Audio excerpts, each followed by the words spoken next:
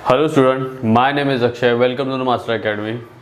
हम आज लेने वाले हैं ट्रिग्नोमेट्रिक फंक्शन, जिसमें इन डिटेल में बात करने वाले हैं। हम इन डिटेल में ऐसे कि ट्रिग्नोमेट्रिक फंक्शन में sine cos sine square plus cos square equal to 1 कैसे होता है, ये सब कुछ चीज़ें हम पढ़ने वाले हैं। सो स्टार्ट करते हैं। सो बेसिकली देखा जाए ट्रिग्नोमेट्रिक फंक्शन ट्रिग्नोमेट्रिक फंक्शन में हम कुछ वैल्यूज फाइंड करने वाले हैं। वैल्यूज फाइंड करने से हम देखते हैं कि हम एक सर्कल बनाएंगे।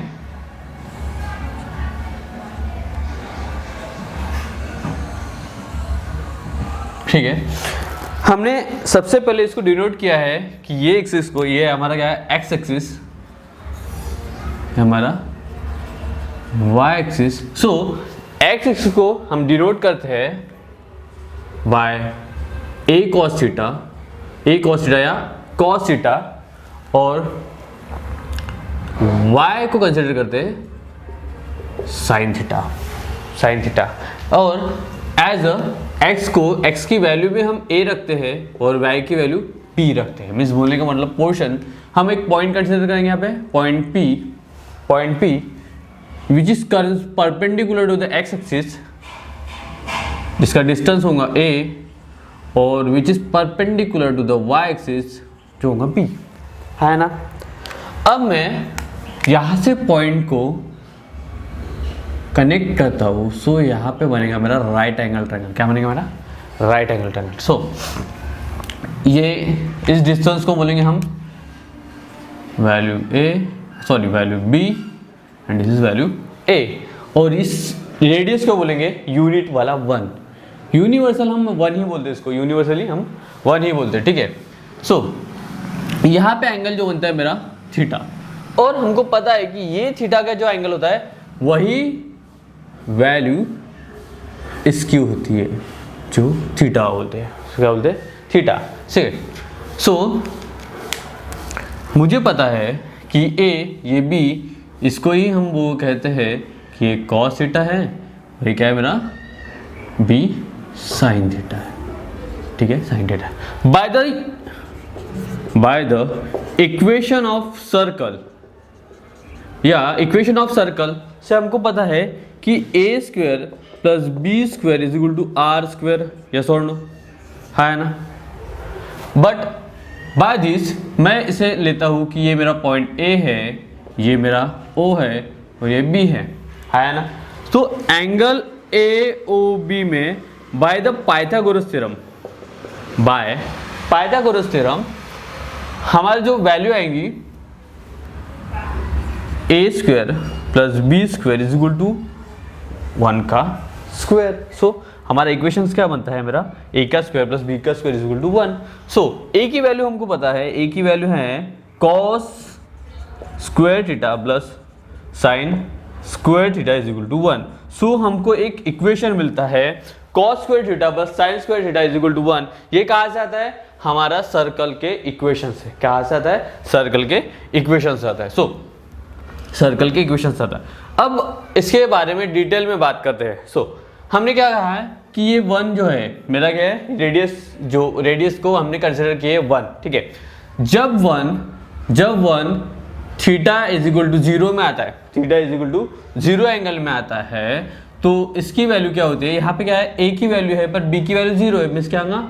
1 और 0, है ना।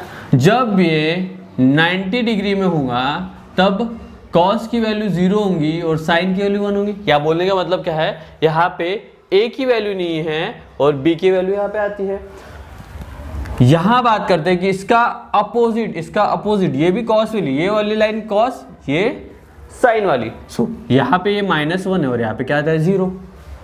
इसके बाद बात करते हैं, हमारा ये होगा पाई के लिए, ये 2π/3π/2 के लिए क्या होगा कि यहाँ पे 0 -1 और यहाँ पे सेम एज।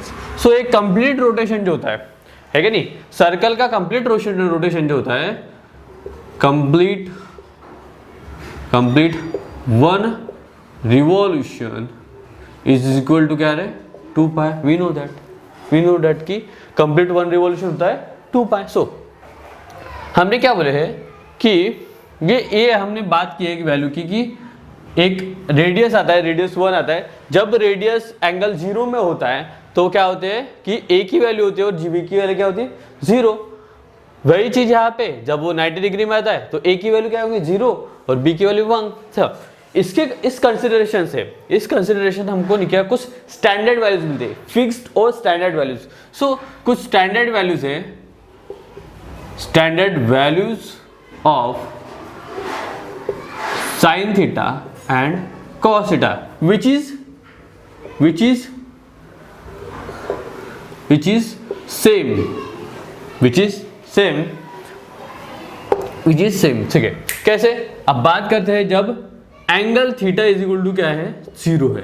क्या है? Angle theta is equal to 0 है तो साइन थीटा की वैल्यू क्या होंगे यहाँ पे? देखो साइन थीटा की मैंने क्या बोला कि ये टर्म जो बी वाला टर्म साइन और ए वाला term cos. So sine theta is equal to sine 0 is equal to क्या होगा 0 है ना। Cos theta is equal to cos 0।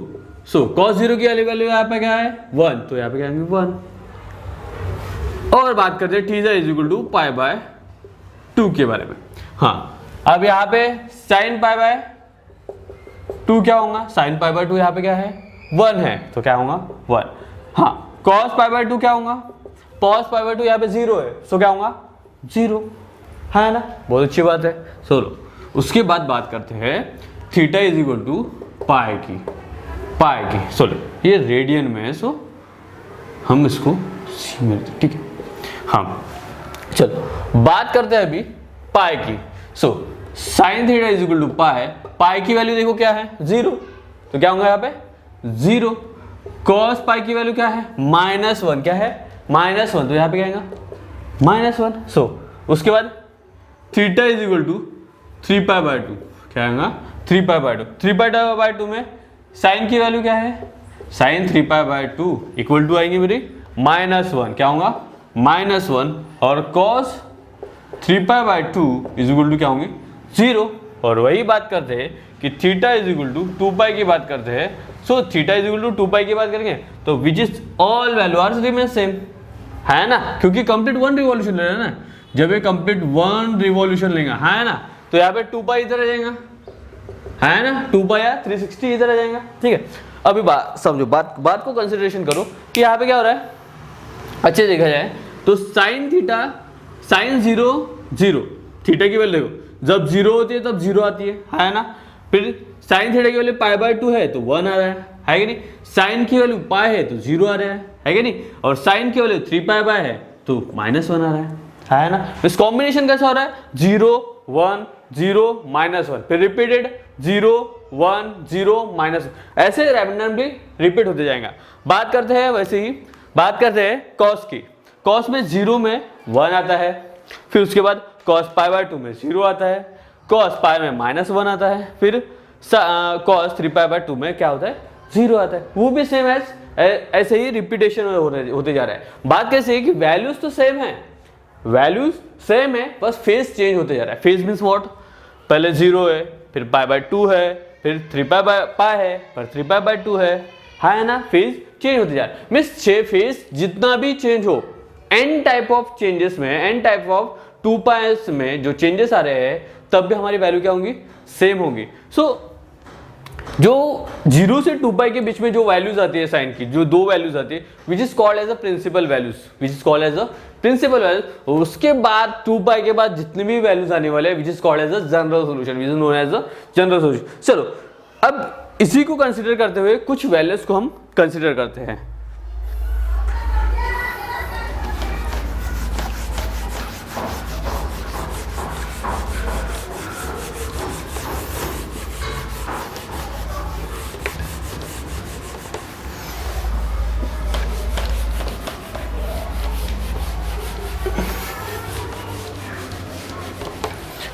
अब हमको लॉजिक पता है।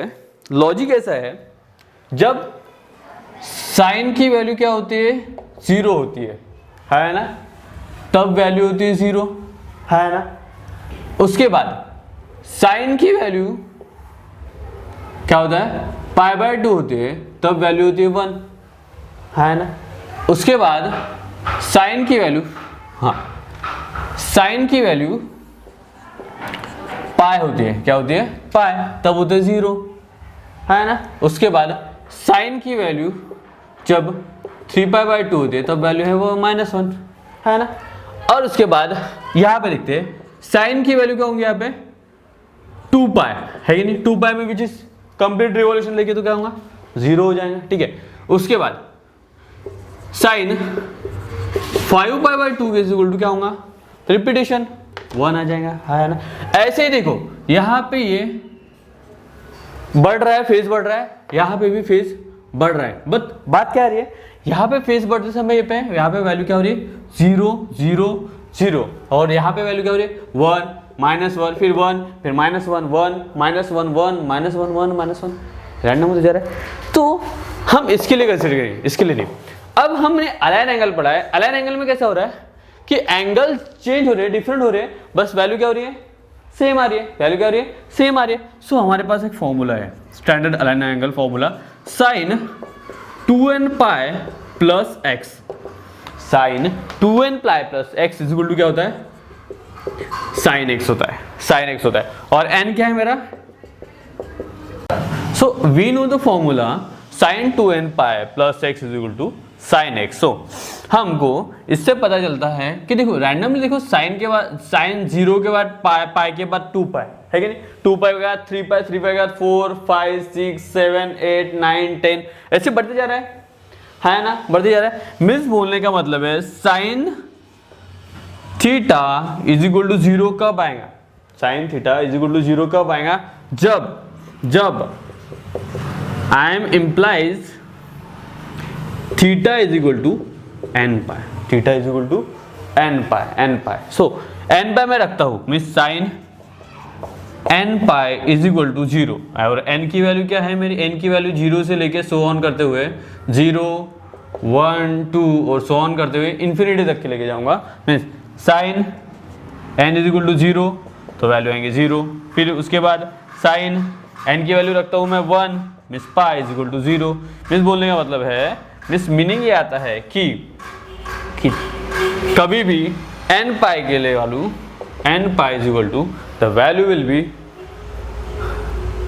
प्लस माइनस, जैसे 0 plus minus pi plus minus 2 pi plus minus 3 pi plus minus 4 pi, है ना 4 पाई।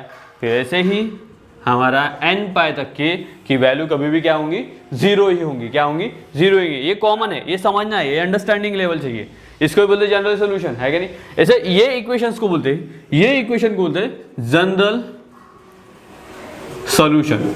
जैसे जनरल सॉल्यूशन हमारा sine theta is equal to 0, sine theta is equal to 0 और theta is equal to n pi होता है, वैसे ही cos के लिए होता है। चलो कॉस के लिए देखते हैं हम, जैसे कॉस के लिए बात करते हैं,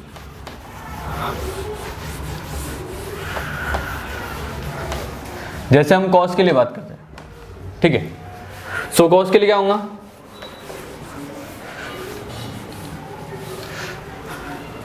सो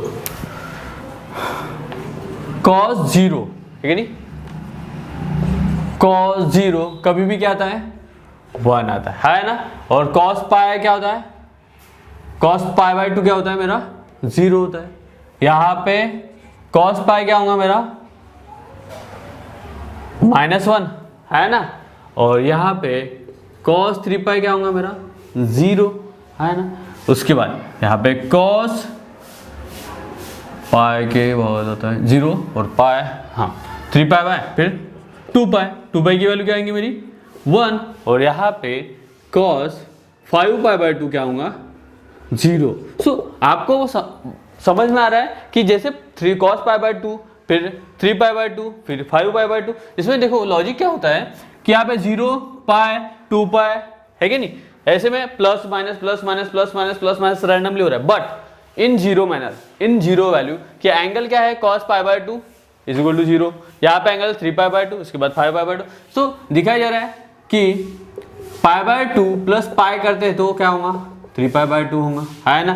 3π/2 प्लस पाई करता है क्या होगा 5π/2 होगा। ठीक है, ये सीरीज में क्या हो रहा है कि और रैशनल फंक्शन आ रहा है, क्या हो रहा है रैशनल, जिसमें क्या है ऊपर में पाई वाली वैल्यू, नीचे में एक इंटीजर वैल्यू आ रही है। सो इसके लिए भी अपना अलाइन एंगल वाला फॉर्मूला है, जैसे cos 2n pi plus 2n pi plus theta is equal to क्या होता है मेरा cos थीटा, क्या होता है मेरा cos थीटा। और इसके लिए भी जो इक्वेशन आता है हमारा जनरल सोल्यूशन जो आता है, जिसमें cos theta is equal to 0 when and implies theta is equal to 2n plus 1 π/2, क्या है 2n प्लस 1 π/2। सो कभी भी इसका मीनिंग क्या होता है, इसका मीनिंग क्या होगा कि इंटीजर n की वैल्यू क्या होंगी, यहाँ पे n की वैल्यू होंगी 0 1 2 सो ऑन करते हुए इंफिनिटी तक के ये चले जाएंगे।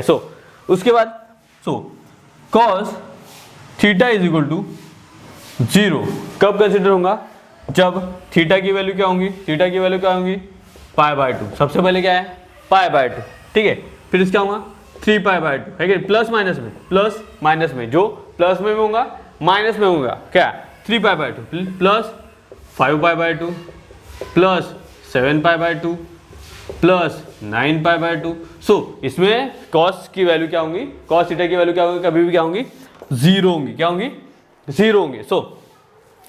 ये समझने के बाद हमको यह समझ में आ गया कि क्या होता है यहाँ पे कि cos 0 cos पाई cos 2 पाई में क्या होता है randomly 1 minus 1 minus 1 1 minus 1 1 minus 1 1 minus 1, और यहाँ पे क्या होता है cos π/2 में 0 3π/2 में 0 5π/2 में 0, और ये हो गया हमारा जनरल सोल्यूशन।